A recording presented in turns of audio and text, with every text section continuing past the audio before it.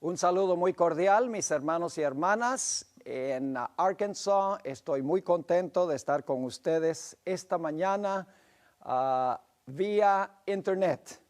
La tecnología es algo maravilloso que Dios nos ha dado, donde yo puedo estar en la ciudad de Fresno, California, donde ahora son las 9:40, 9:35 de la mañana, para ustedes 11:35, y sin embargo puedo estar en vivo y ustedes pueden escuchar el mensaje que estoy presentando desde acá.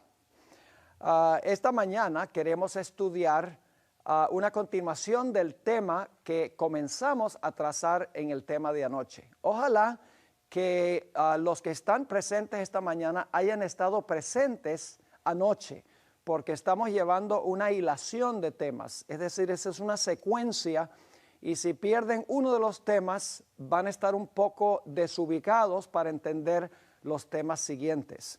Antes de comenzar con una oración, debo decir que he hablado con el pastor y el pastor Castillo me ha dicho que hay varias personas que han tomado su decisión de entregarse al Señor a través del bautismo. Quiero felicitar a todos aquellos que han tomado esta decisión. Y no solamente felicitar a los que han tomado la decisión, sino animar a aquellos que están en el valle de la indecisión, que tomen esta decisión de bautizarse. Esta noche a las 8 va a haber un bautismo especial. Así que si estás indeciso, no estés indeciso más, porque Dios quiere que tú tomes esa decisión. La Biblia dice, hoy es el día de la salvación. La Biblia también dice, si hoy oyeres su voz, no endurezcáis vuestro corazón. Así que animo a todos los que no son bautizados por inmersión, que hablen con el pastor Castillo y que se apunten para el gran bautismo que va a haber esta noche. Ahora sí vamos a tener una palabra de oración y vamos a entrar a nuestro estudio de esta mañana. Oremos. Padre Celestial, te damos gracias por el privilegio de encontrarnos en tu santo templo. Te damos gracias por tu santo sábado, un día de refrigerio espiritual. Pedimos, Señor, al abrir tu palabra, que tu Santo Espíritu nos acompañe. Abre mentes y corazones para recibir la semilla de la verdad. Te damos gracias por la promesa de tu presencia. Reclamamos esa promesa en el nombre precioso e incomparable de nuestro Señor y Salvador Jesús. Amén. Lo primero que queremos hacer es un repaso del tema que tratamos anoche. En primer lugar, quiero mencionar que estudiamos en nuestro tema de anoche el capítulo 7 del libro de Daniel. Y voy a repasar brevemente el contenido de ese capítulo. En primer lugar, tenemos un león. Ese león, como hemos visto, representa a el reino de Babilonia, el reino que gobernaba en los días cuando vivió el profeta Daniel. Luego después vimos que se levantó un oso y el oso acabó con el león.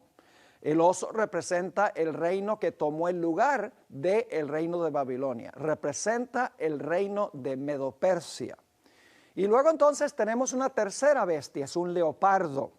Ese leopardo representa el reino de Grecia, que conquistó al reino de los medos y de los persas. Y luego tenemos una cuarta bestia espantosa y terrible, con unos dientes grandes de hierro que desmenuzaba, pisoteaba y desbarataba todo lo que conseguía en su camino. Nos dimos cuenta que esa cuarta bestia representa el Imperio Romano.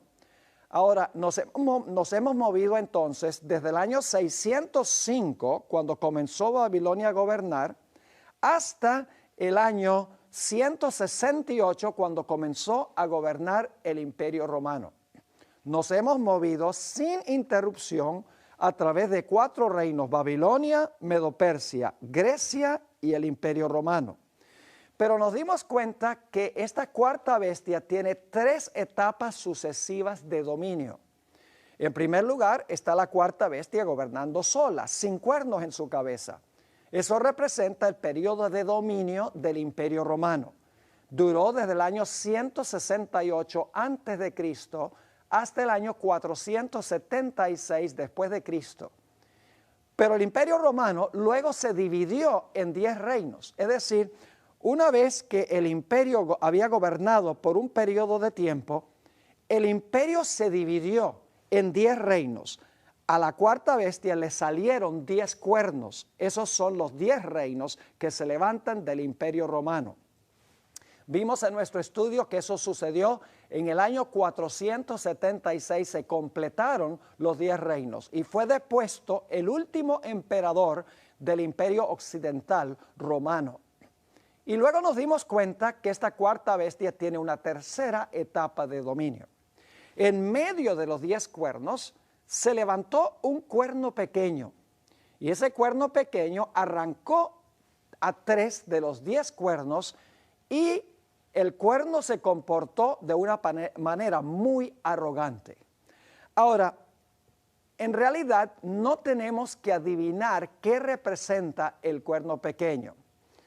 Hemos visto que el cuerno pequeño tiene 7 características y hay más, tengo 15, pero solamente tratamos 7.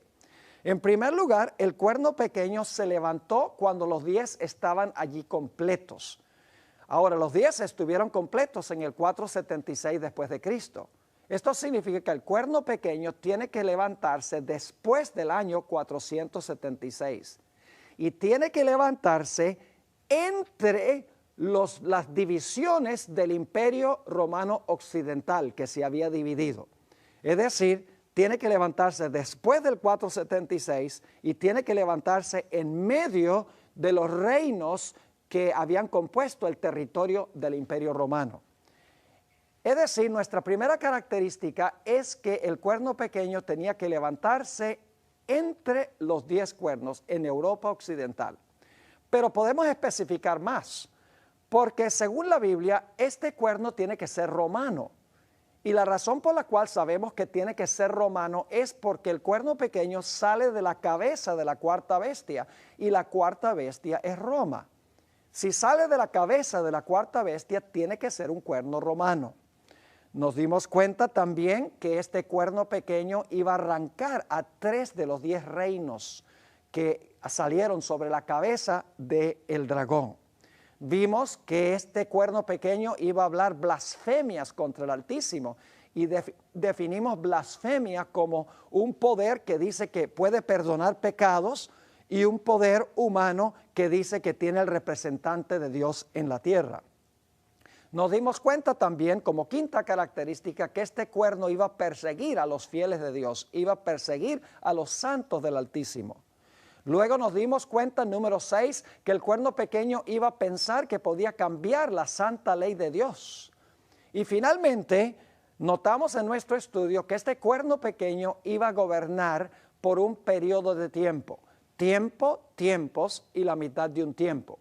Y según nuestro estudio de anoche nos dimos cuenta que ese periodo simbólico de tiempo representa un periodo de 1260 años que iba a gobernar el cuerno pequeño. Ahora, no cabe duda, como les mencionaba en el tema de anoche, que este cuerno pequeño representa el papado. Vuelvo a repetir, no estamos hablando de individuos que se encuentran dentro de la Iglesia Católica. La Iglesia Católica es una cosa y el papado es otra cosa. El papado es el sistema que une la Iglesia con el Estado. Los miembros de esa organización son algo aparte de la organización en sí mismo. En realidad, el papado se levantó después del 476, en el año 538. Se levantó entre los 10 cuernos, se levantó en Europa Occidental. El papado es un poder romano, se le llama Iglesia Católica Apostólica Romana, su idioma es latín, su sede se encuentra en Roma, usa números romanos, es un sistema que tiene una organización que heredó del Imperio Romano. Además de eso, vimos que el papado arrancó a 3 de los 10 reinos, a los érulos, los vándalos y los ostrogodos, y ninguno de esos cuernos tiene una nación que desciende del cuerno hoy en día. Además de eso, vimos que la Iglesia romana profesa poder perdonar pecados. Y también dice tener en la tierra al representante de Cristo, que se conoce como el obispo de Roma o el Papa. Nos dimos cuenta que a través de la Inquisición, el papado persiguió a los que no estaban de acuerdo con la iglesia durante largo periodo de tiempo. Nos dimos cuenta también que la iglesia romana ha intentado cambiar la ley de Dios, sacando el segundo mandamiento en los catecismos y dividiendo el 10º mandamiento en 2. Y luego nos dimos cuenta también que el papado ha profesado cambiar la santa ley de Dios, diciendo que ha cambiado el día de reposo del sábado al domingo. Y nos dimos cuenta que el papado gobernó exactamente 1260 años, desde el año 538 hasta el año 1798. Mis queridos amigos, no hay duda alguna que el cuerno pequeño representa a Roma papal. Ahora, en esta mañana queremos estudiar otra profecía que es paralela a la profecía de Daniel 7. Es la profecía que encontramos en Apocalipsis 13. Y vamos a tratar de cubrir los versículos 1 al 10 y posiblemente nos alcance también el tiempo para decir algunas cosas en cuanto al versículo 11 del capítulo 13. Ahora voy a leer Apocalipsis 13, 1 y 2 para que se den cuenta que hay una conexión entre Apocalipsis 13, 1 al 10 y Daniel el capítulo 7. Dice allí en Apocalipsis 13, 1, me paré sobre la arena del mar, aquí es Juan, ya no es Daniel, y vi subir del mar una bestia que tenía 7 cabezas y 10 cuernos, y en sus cuernos 10 diademas, y sobre sus cabezas un nombre blasfemo. Y luego describe a esta bestia, dice, y la bestia que vi era semejante a un leopardo, y sus pies como de oso, y su boca como boca de león. Y el dragón le dio a esta bestia su poder y su trono y grande autoridad. Ahora, inmediatamente vemos la conexión con Daniel 7, porque en Daniel 7 tenemos 4 bestias. Tenemos un león, un oso, un leopardo y una bestia espantosa y terrible. Aquí en Apocalipsis 13 tenemos también un león, tenemos un leopardo, tenemos un oso y tenemos también un dragón o una bestia espantosa y terrible. Claramente, Apocalipsis 13, versículos 1 y 2, está ampliando lo que conseguimos en Daniel, el capítulo 7. Ahora, lo que quiero que quede claro en nuestra mente es que el cuerno pequeño y la bestia que se menciona aquí representan el mismo poder. El cuerno pequeño representa a Roma papal, el sistema que une la iglesia con el Estado, y la bestia representa el mismo sistema. 2 formas de describir el mismo sistema. Es decir, cuerno pequeño y bestia son intercambiables. Ahora, alguno dirá, ¿cómo sabe usted, Pastor Bor, que la bestia y el cuerno pequeño representan el mismo poder? Bueno, no tenemos que adivinar. Aquí no estamos adivinando. No estamos sencillamente diciendo, bueno, pensamos que posiblemente sea así. Hemos seguido la secuencia de los poderes. Dios lo ha hecho muy fácil. Se conoce como el método histórico de estudiar las profecías. Sabemos a dónde la secuencia comienza, con Babilonia, luego Medo-Persia, luego Grecia, luego el Imperio Romano, luego se divide el Imperio Romano en 10 reinos, luego se levanta Roma papal para gobernar 1260 años. Es decir, hay 3 formas en que podemos saber que el cuerno pequeño y la bestia representan el mismo poder. Número 1, la secuencia de los poderes es la misma secuencia en Daniel 7 que en Apocalipsis 13. Vamos a repasar. En Daniel 7 tenemos un león, un oso, un leopardo, un dragón, 10 cuernos y cuerno pequeño. En Apocalipsis el capítulo 13 tenemos las mismas bestias, pero en orden inverso. Juan está viviendo en el tiempo del dragón Y por lo tanto, él describe las bestias en orden inverso. Dice leopardo, oso y león. ¿Por qué razones que Daniel tiene león, oso y leopardo, mientras que Juan tiene leopardo, oso y león? Sencillamente porque Daniel está viviendo en el tiempo del león y está mirando hacia adelante, mientras que Juan está viviendo en el tiempo del dragón, que es el Imperio Romano, y está mirando hacia atrás. Ahora, quiero que noten que la secuencia en Daniel 7 de los poderes y en Apocalipsis 13 es la misma secuencia. León, oso, leopardo, dragón, 10 cuernos, cuerno pequeño. En Apocalipsis 13 tenemos león, oso, leopardo, dragón, 10 cuernos, bestia. Es decir, en primer lugar, la bestia se encuentra en la misma secuencia que lo que se encuentra el cuerno pequeño en el libro de Daniel. Por lo tanto, como la secuencia es la misma, la bestia cuadra en el mismo sitio a donde cuadra el cuerno pequeño, sabemos que representa el mismo poder. Pero hay una segunda razón, y es que las acciones de la bestia son las mismas acciones del cuerno pequeño. Noten lo que dice Apocalipsis 13 y el versículo 7. Apocalipsis 13 y el versículo 7. Dice, en cuanto a la bestia, se le permitió hacer guerra contra los santos y vencerlos. Ahora yo pregunto, ¿es eso lo que hizo el cuerno pequeño? ¿El cuerno pequeño guerrió contra los santos? Ustedes saben que sí, es la misma expresión. La bestia persigue a los santos igual que el cuerno pequeño, pero hay más. Noten Apocalipsis 13 y el versículo 5. Dice en cuanto a la bestia, también se le dio boca que hablaba grandes cosas y blasfemias. Ahora yo pregunto, ¿el cuerno pequeño hablaba grandes palabras y blasfemias contra Dios? Ustedes saben que sí, lo estudiamos en el tema de anoche. Es decir, claramente las acciones de la bestia son las mismas acciones que las del cuerno pequeño. Es decir, en primer lugar, la secuencia demuestra que la bestia y el cuerno pequeño ocupan el mismo lugar.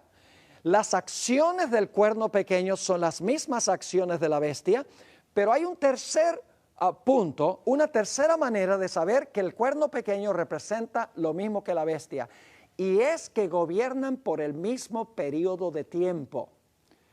En el Antiguo Testamento, en el libro de Daniel, se describe como tiempo, tiempos y la mitad de un tiempo, que ya vimos que son 3 años y medio, multiplicados por 360 días cada año, nos da 1260 días. Pero en las profecías, días equivalen a años.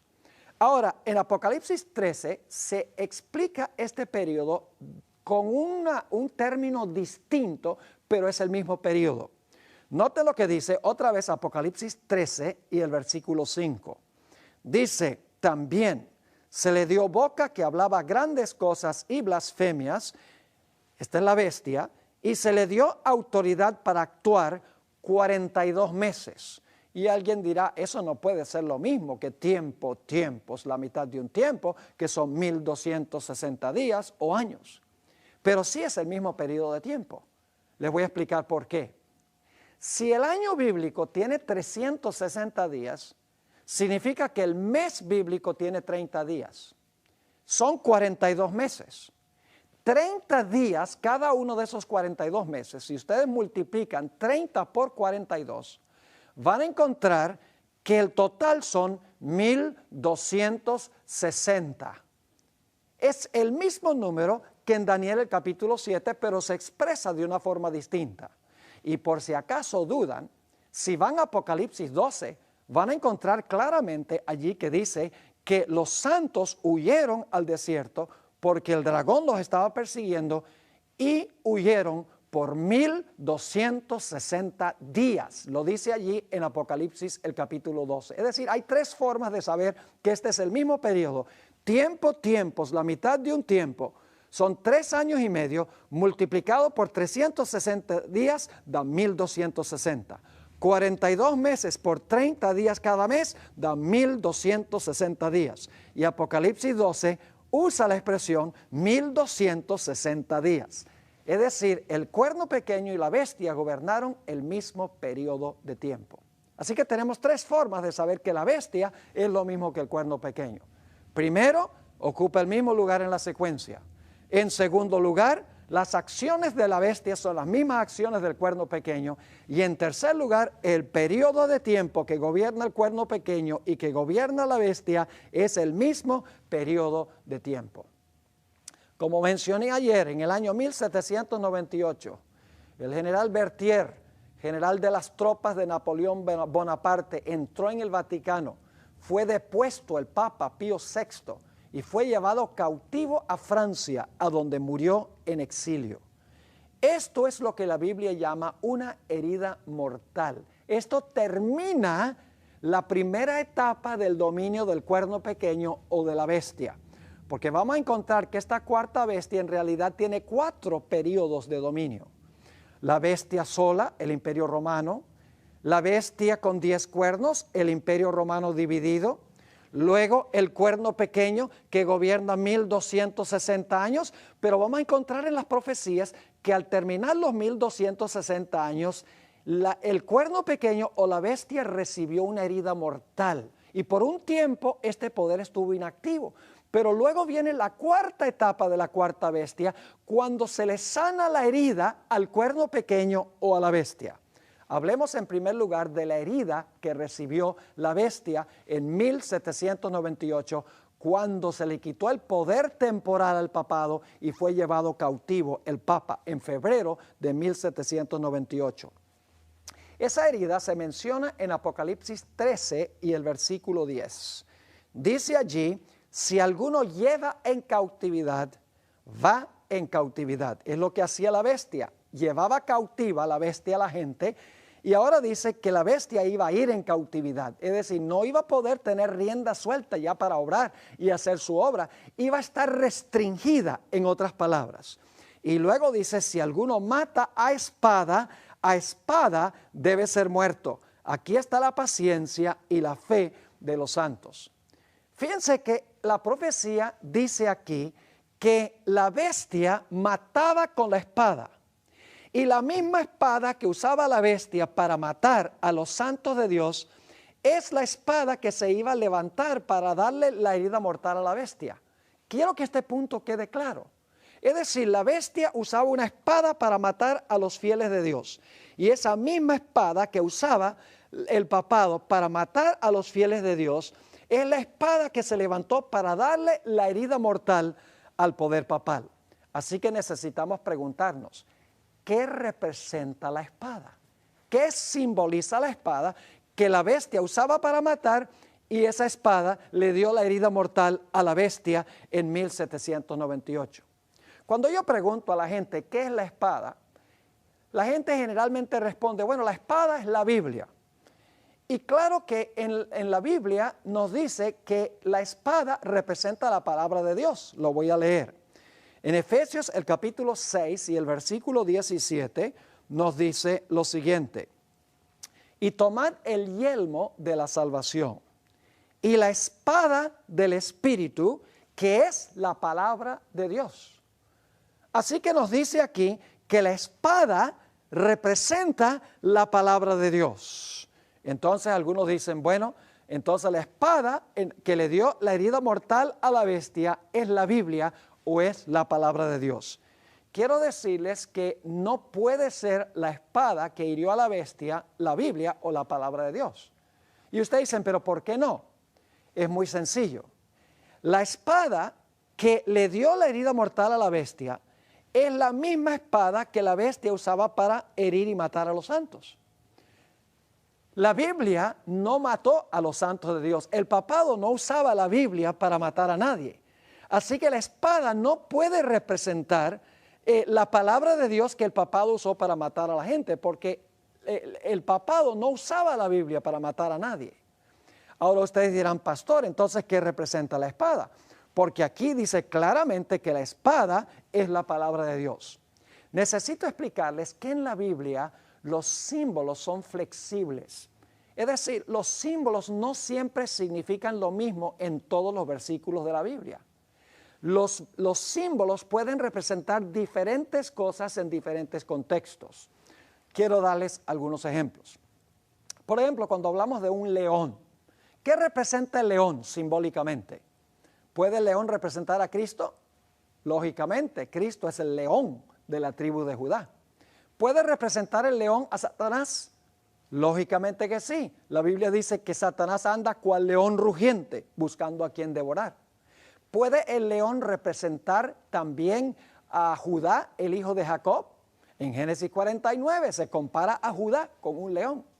¿Puede el león representar el reino de Babilonia? ¿Cómo no? Lo vimos en Daniel capítulo 7.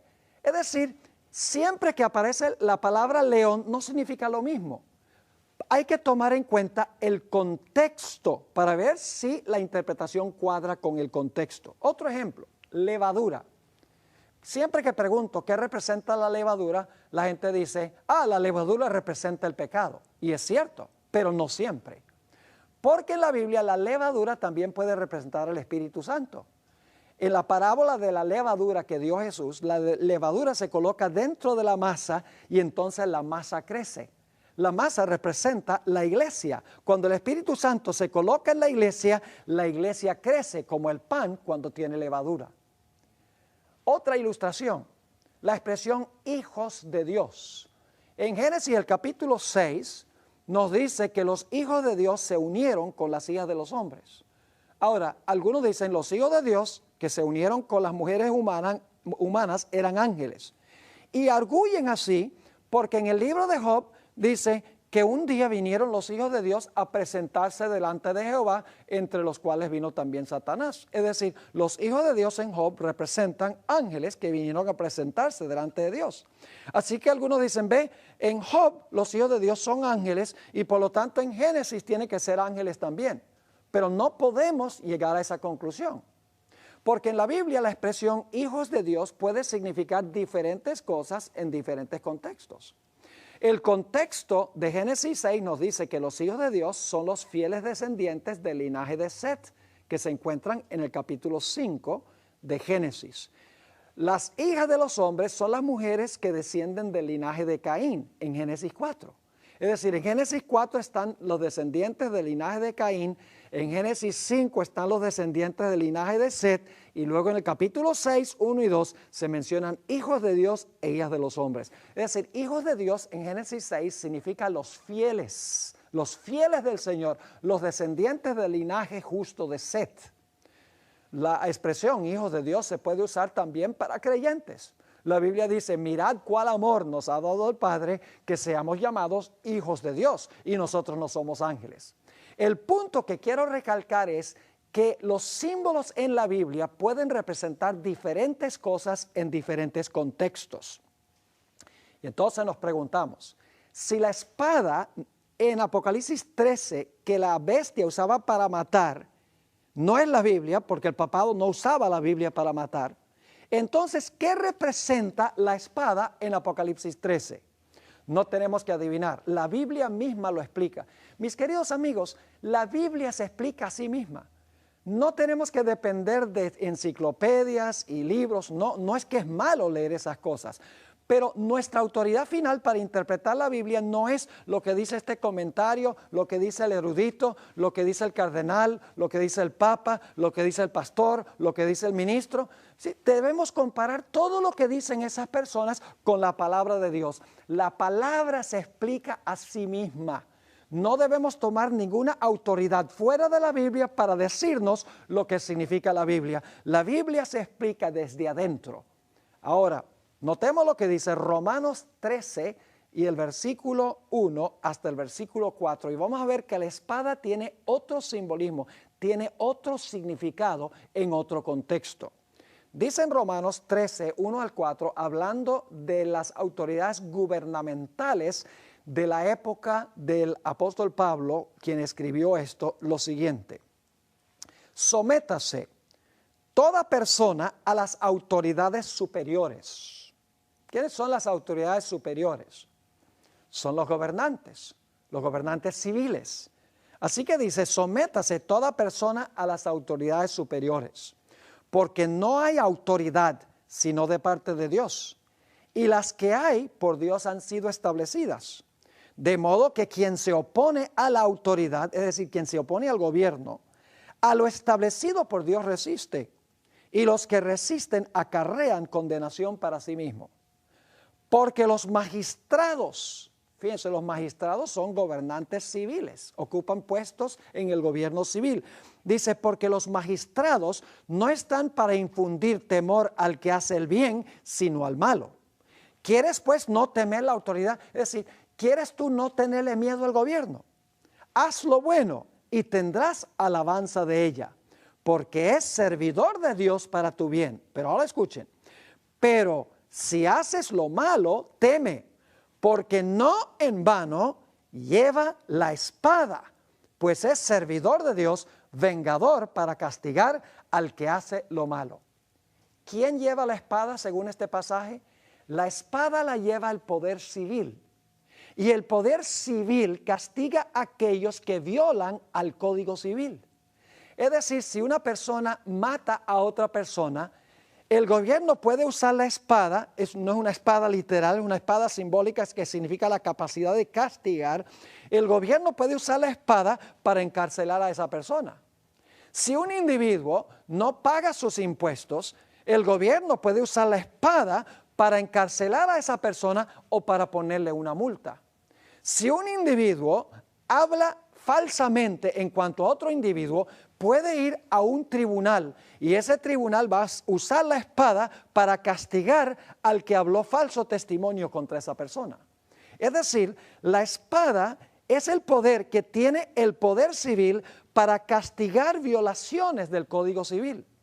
La espada del gobierno no puede castigar violaciones en materia de religión.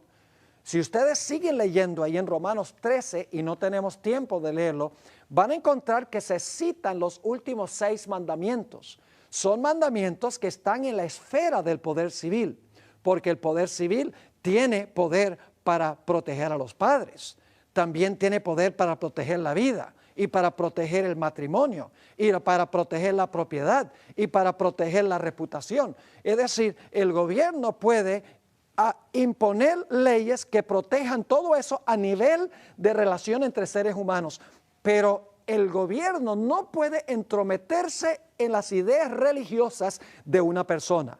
Ahora volvamos al asunto de la espada. El papado usaba la espada para matar a los fieles de Dios. ¿Y saben cómo lo hacían? La iglesia le hacía una inquisición primero a la persona que era acusada de herejía. Y si la Inquisición hallaba que la persona era culpable, según la iglesia, de herejía o de enseñar en contra de la iglesia en materia de religión, la iglesia entonces apelaba al poder civil y el poder civil exterminaba al hereje o lo torturaba hasta que renunciara a lo que estaba enseñando. Es decir, que la espada que usó la bestia para matar es la espada del poder civil. Usaba a los gobiernos de Europa para castigar a los que no estaban de acuerdo con la iglesia. Y la Biblia nos dice que la misma espada, el poder civil que usaba el papado para perseguir a los que no estaban de acuerdo con las enseñanzas y doctrinas de la iglesia, la espada del poder civil, el gobierno se iba a levantar en contra del papado para darle con la espada la herida mortal. Y eso es exactamente lo que sucedió en el año 1798. El gobierno de Francia se levantó y le dijo al papado, ya no vas a usar más la espada de Francia para perseguir. Y lo que hizo fue el gobierno tomó la espada, le dio la herida mortal al papado, el papa fue llevado cautivo a Francia, donde murió en exilio, y a partir de allí surgieron gobiernos civiles democráticos en todas partes de Europa y finalmente en las Américas también.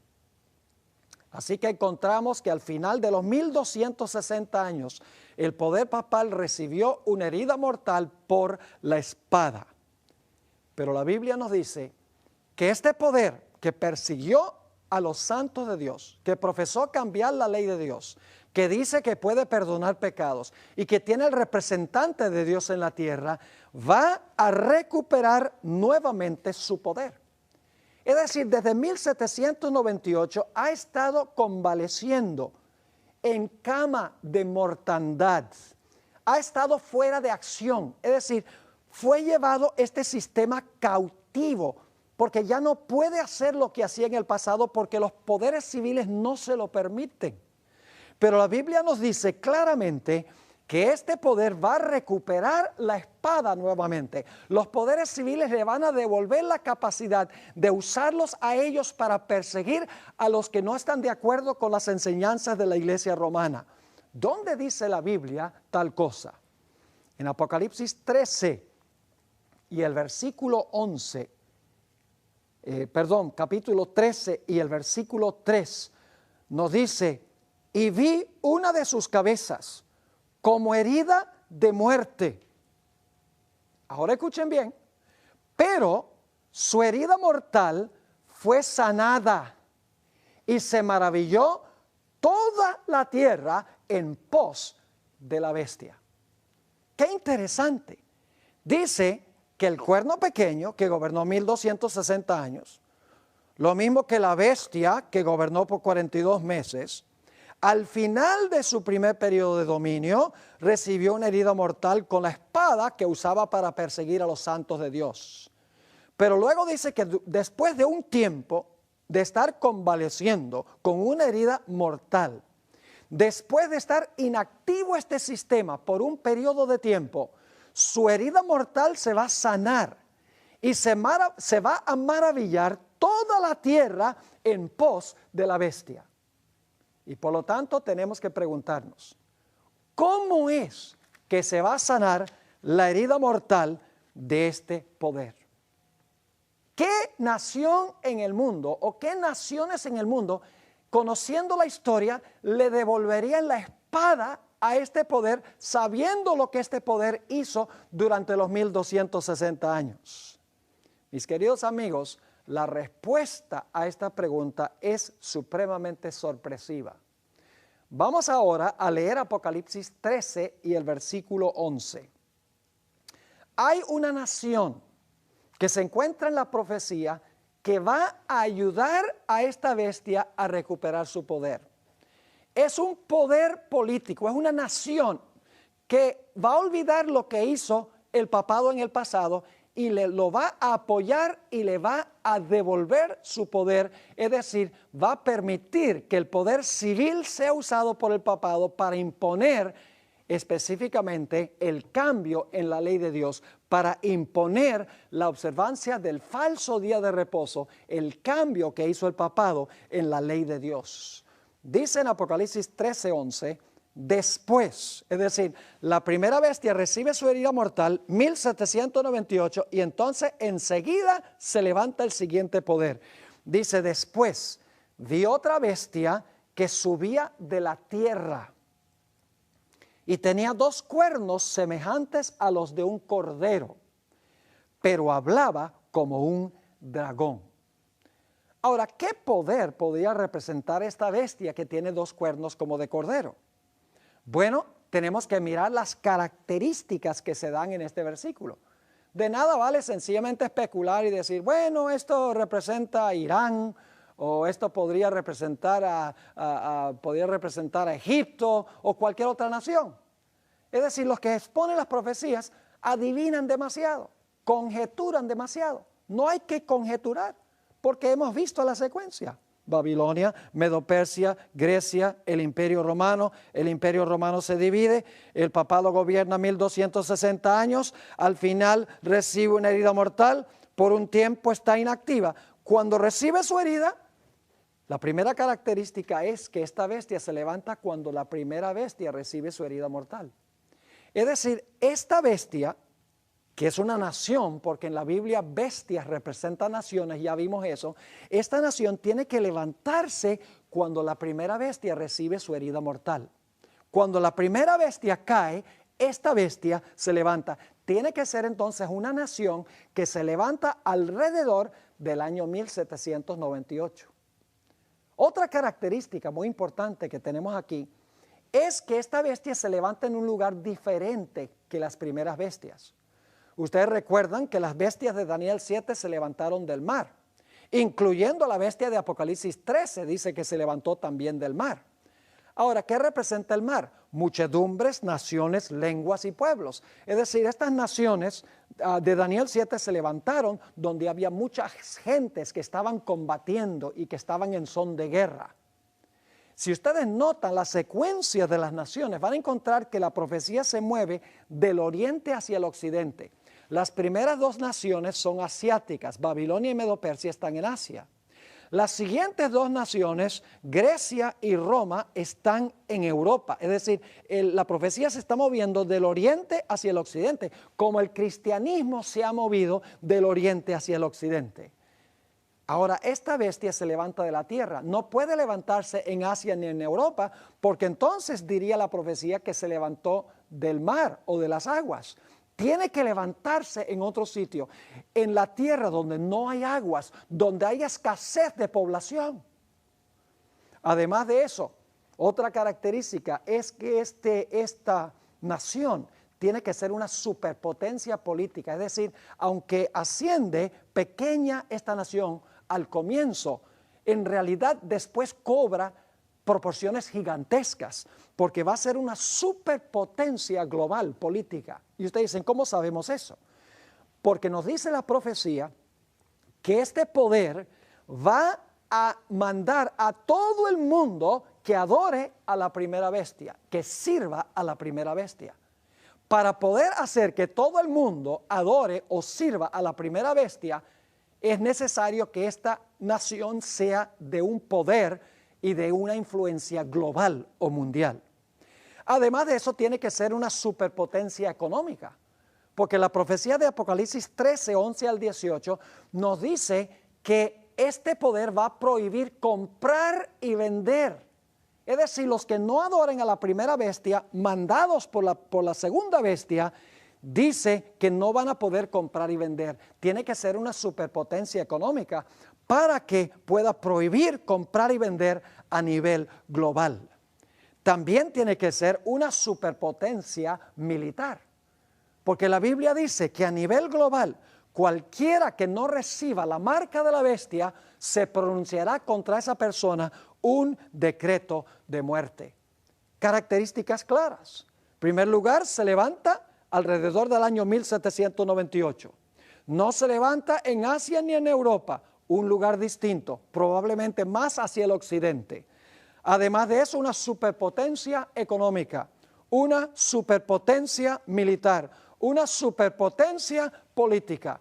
Yo pregunto, ¿qué nación alrededor de 1798 que va a tener esas características es la nación que cumple esta profecía? Mis queridos amigos, no hay duda en cuanto a qué poder se representa aquí. Representa a los Estados Unidos de América. Ahora, quiero que notemos varios detalles interesantes aquí. En primer lugar, los Estados Unidos se levantó al poderío alrededor del mismo tiempo que el papado recibió su herida mortal. En segundo lugar, no se levantó ni en Asia ni en Europa, se levantó más hacia el occidente, en América. Además de eso, los Estados Unidos ha llegado a ser una superpotencia política, económica y militar, como todos sabemos. Pero hay otra característica muy interesante, y es que esta segunda bestia es contemporánea con la primera bestia. Pero la segunda bestia es mucho más joven que la primera bestia. Y hay una característica muy interesante, y es que todas las bestias anteriores pelearon y lucharon contra la bestia anterior para ascender al poder. Es decir, el oso acabó con el león para subir al poder. El leopardo acabó con el oso para subir al poder. La bestia espantosa y terrible, el dragón, acabó con el leopardo para levantarse al poder. Pero lo interesante en cuanto a esta bestia que se levanta de la tierra es que esta bestia que se levanta de la tierra no pelea contra la bestia anterior. Es decir, no lucha para quitarle el poder a la bestia anterior, sino que la profecía nos dice que esta segunda bestia va a aliarse con la primera bestia para devolverle a la primera bestia la espada, para devolverle a la primera bestia el poder. Es decir, la segunda bestia, la que se levanta de la tierra, es una bestia que va a ayudar a la primera bestia a recuperar su poder. No va a luchar contra ella, no va a destruir a esa bestia para poder entonces ella gobernar. No, la profecía dice que lo que va a hacer esta bestia es ayudar a la primera bestia a recuperar la espada que perdió. Es decir, esta nación va a permitir que el papado la use como nación para perseguir a los que no están de acuerdo con las prácticas y enseñanzas de la primera bestia. Ustedes dicen, ¿cómo sabemos eso? Vamos a dejar que la Biblia nos muestre cómo se porta esta segunda bestia en su relación con la primera. Apocalipsis 13 y el versículo 12, hablando de la bestia que se levanta de la tierra, dice lo siguiente: y ejerce toda la autoridad de la primera bestia en presencia de ella. Fíjense que esta segunda bestia no gobierna por su propia autoridad. Dice que ejerce toda la autoridad de la primera bestia. Es decir, la autoridad de esta segunda bestia es la autoridad de la primera bestia. Y dice que lo hace en presencia de la primera bestia. Algunas versiones traducen en favor de la primera bestia. Es decir, dice que esta bestia de la tierra ejerce toda la autoridad de la primera bestia en favor de la primera bestia o en presencia de la primera bestia. Sigue diciendo en el versículo 12, y ejerce toda la autoridad de la primera bestia en presencia de ella, y hace que la tierra y los moradores de ella adoren a la primera bestia cuya herida mortal fue sanada. Fíjense, no solamente esta segunda bestia ejerce la autoridad de la primera, en favor de la primera, sino que nos dice que manda a todos a adorar a la primera bestia. Lo que está haciendo es para ayudar a la primera bestia. Noten lo que dice Apocalipsis 13:14. Esta segunda bestia va a levantar una imagen de y en honor a la primera bestia. Dice en Apocalipsis 13:14, hablando de esta bestia de la tierra, y engaña a los moradores de la tierra con las señales que se le ha permitido hacer en presencia de la bestia, mandando a los moradores de la tierra que le hagan imagen a la bestia que tiene la herida de espada y vivió. Es decir, esta segunda bestia va a ser una imagen de la primera. Ahora, ¿qué caracterizaba la primera bestia? La primera bestia se caracterizaba porque era una iglesia que podía usar la espada de los poderes civiles para castigar a los que no estaban de acuerdo con la iglesia. Así que una imagen tiene que ser que esta bestia que se levanta de la tierra va a hacer también lo mismo. Es decir, va a permitir la iglesia que use al poder civil para castigar a los que no estén de acuerdo con las prácticas de la primera bestia. Ahora, hay otra característica. Apocalipsis 13:16, hablando de la primera bestia, dice: y hacía que a todos, pequeños y grandes, ricos y pobres, libres y siervos, se les pusiese una marca en la mano derecha o en la frente. Esta bestia que se levanta de la tierra impone la marca de la primera bestia.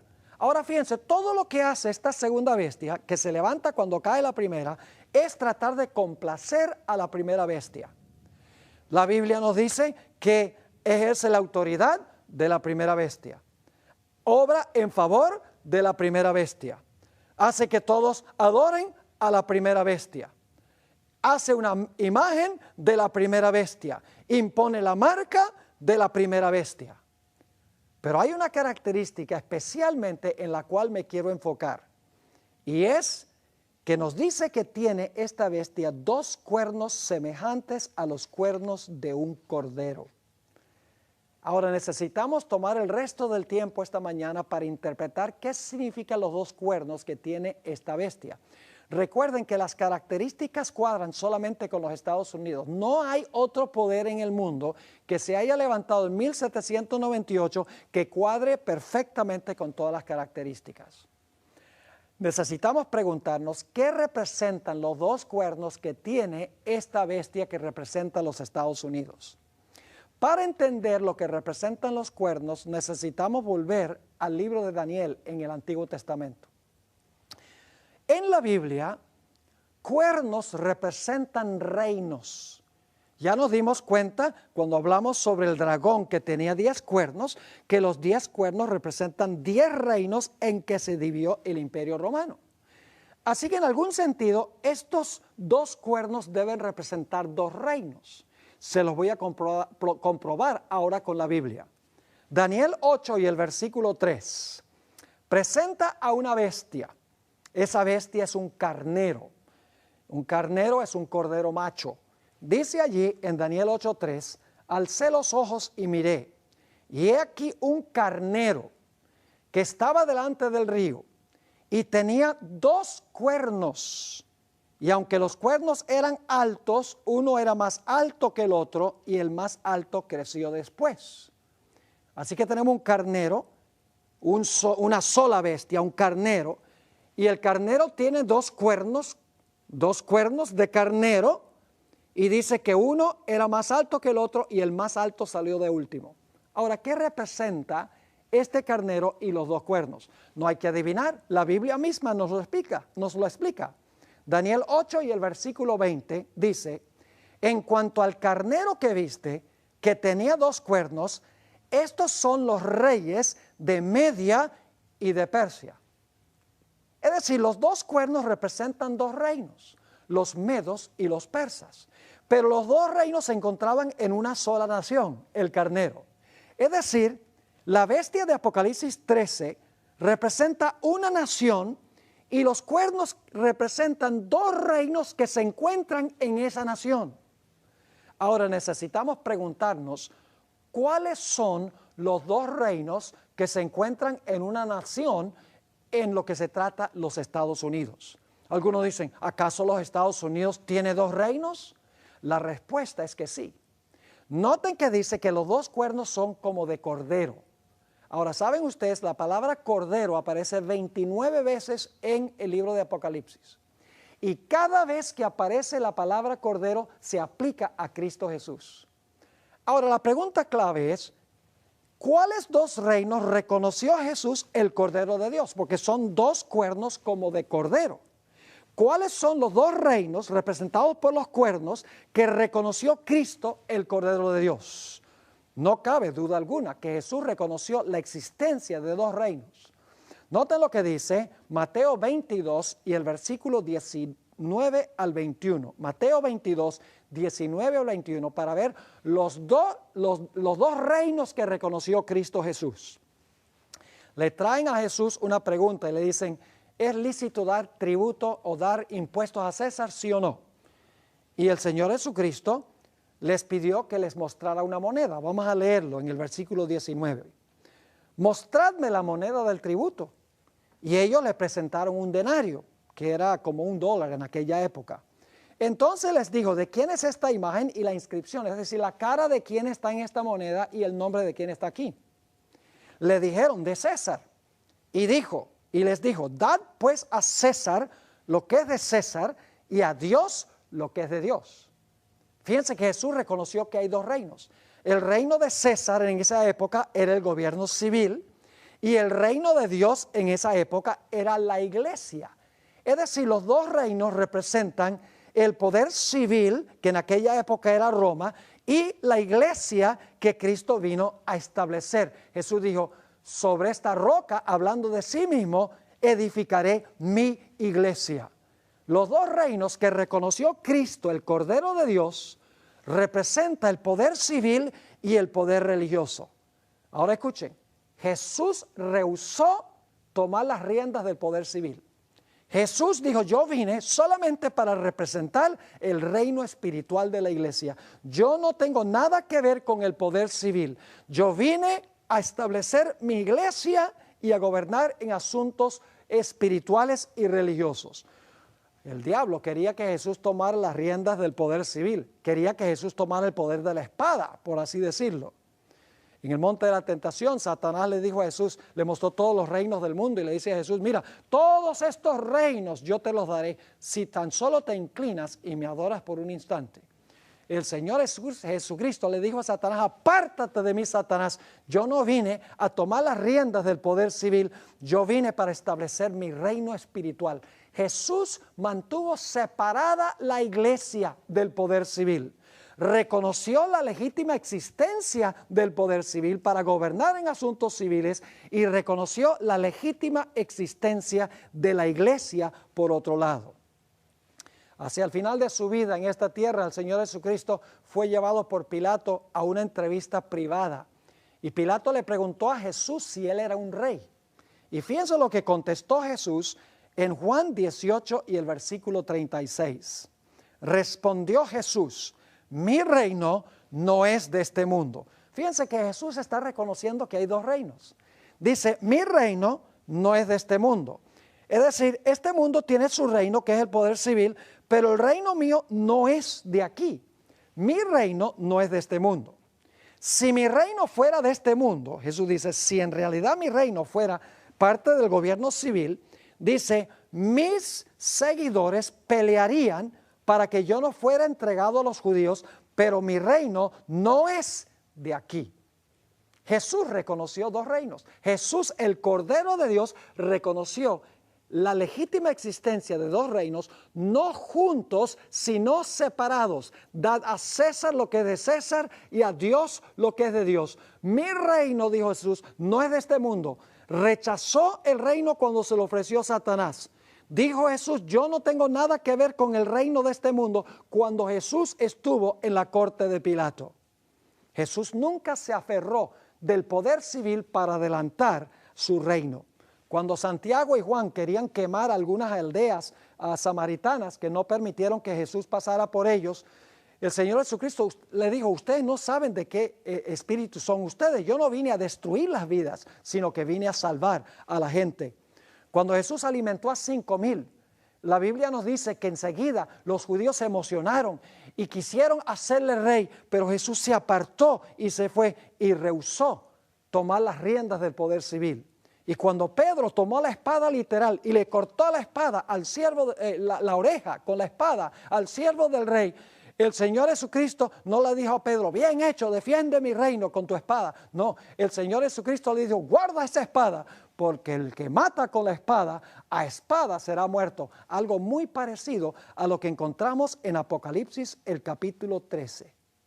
Mis queridos amigos, el Señor Jesucristo no vino a este mundo para establecer un gobierno civil, para castigar a todos aquellos que no estaban de acuerdo con sus enseñanzas. Jesús dijo: eso sucederá en el día postrero. La palabra de Dios lo juzgará en el día postrero.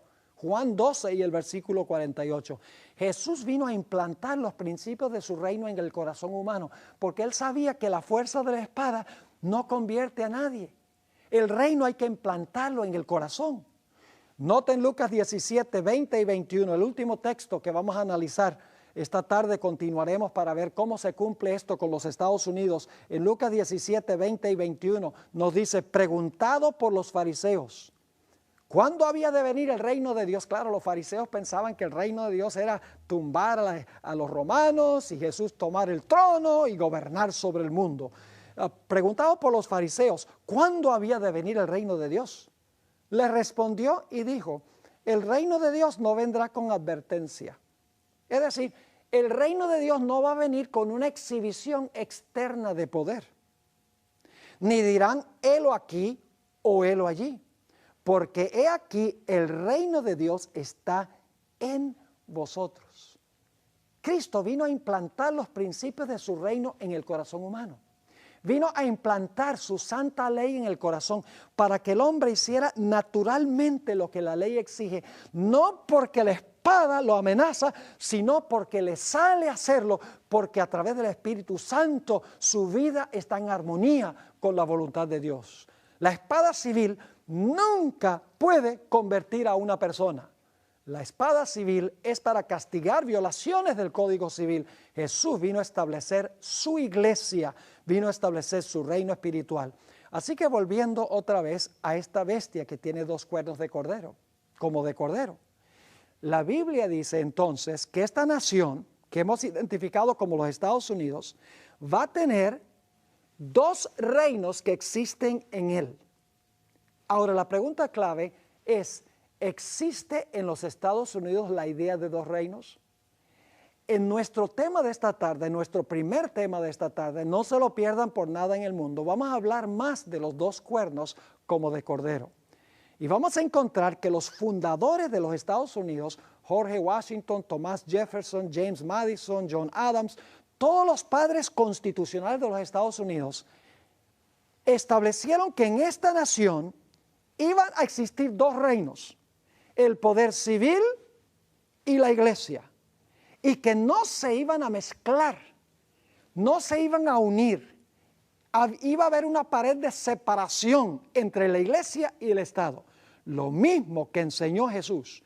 Dos cuernos como de cordero, dos reinos que reconoció Jesús en una misma nación, no juntos, sino separados. Les voy a leer esta tarde una serie de citas. Vamos a estudiar la primera enmienda a la Constitución de los Estados Unidos.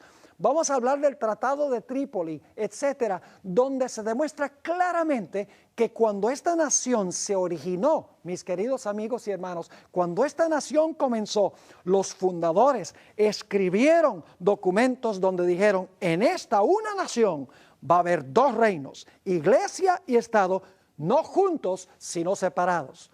Algo muy diferente que lo que hacía la primera bestia. La primera bestia unía a los dos para perseguir a los que no estaban de acuerdo con la iglesia.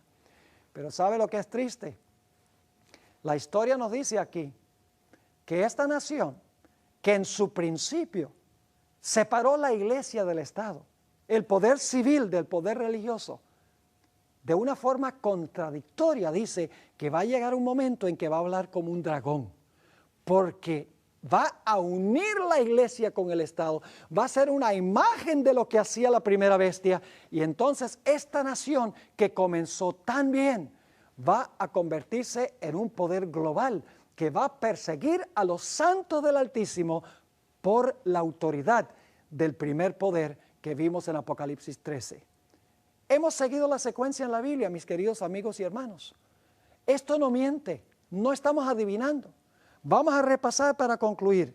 Babilonia, Medo-Persia, Grecia, el Imperio Romano dividido. Roma papal por 1260 años recibe una herida mortal. Cuando recibe su herida mortal, se levanta otra nación que llega a ser un poder global, los Estados Unidos. Es una sola nación que separa a la iglesia del Estado, y lo único que no se ha cumplido, escuchen bien, y se está cumpliendo hoy en día, lo vamos a ver esta tarde, está en el proceso de cumplimiento. Lo único que falta es que esta nación sane la herida de la primera bestia, y entonces sucederá lo mismo que sucedió cuando fueron perseguidos los santos del Altísimo. Mis queridos amigos, la Biblia no miente. Yo no he compartido esto por ofender a nadie.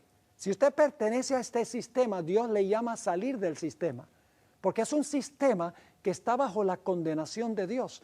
Tiene muchos individuos sinceros, el papado. No puedo decir, no puedo juzgar a individuos. Dios conoce el corazón, pero el hecho de que haya individuos sinceros en el sistema no significa que el sistema sea un sistema en armonía con Dios.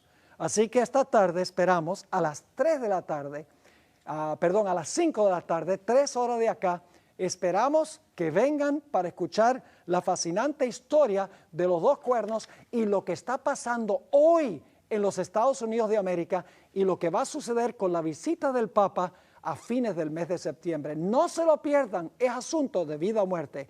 Dios les bendiga, tengamos una oración. Padre Celestial, gracias te damos por la claridad de las profecías. Gracias porque no tenemos que adivinar. Gracias porque podemos seguir la secuencia profética y tú nos das esta información para que nos aliemos de tu lado aunque nos cueste la vida, aunque no podamos comprar ni vender. Queremos serte fieles. Te ruego que bendigas a todos los que están presentes, que los lleves a tomar decisiones durante este día. Decisiones que pueden ser difíciles, van en contra de lo que cree la familia, de lo que creen los amigos, de lo que enseñan los líderes religiosos. pero ayúdalos, Señor, a ser fieles a tu llamado y solo a tu llamado.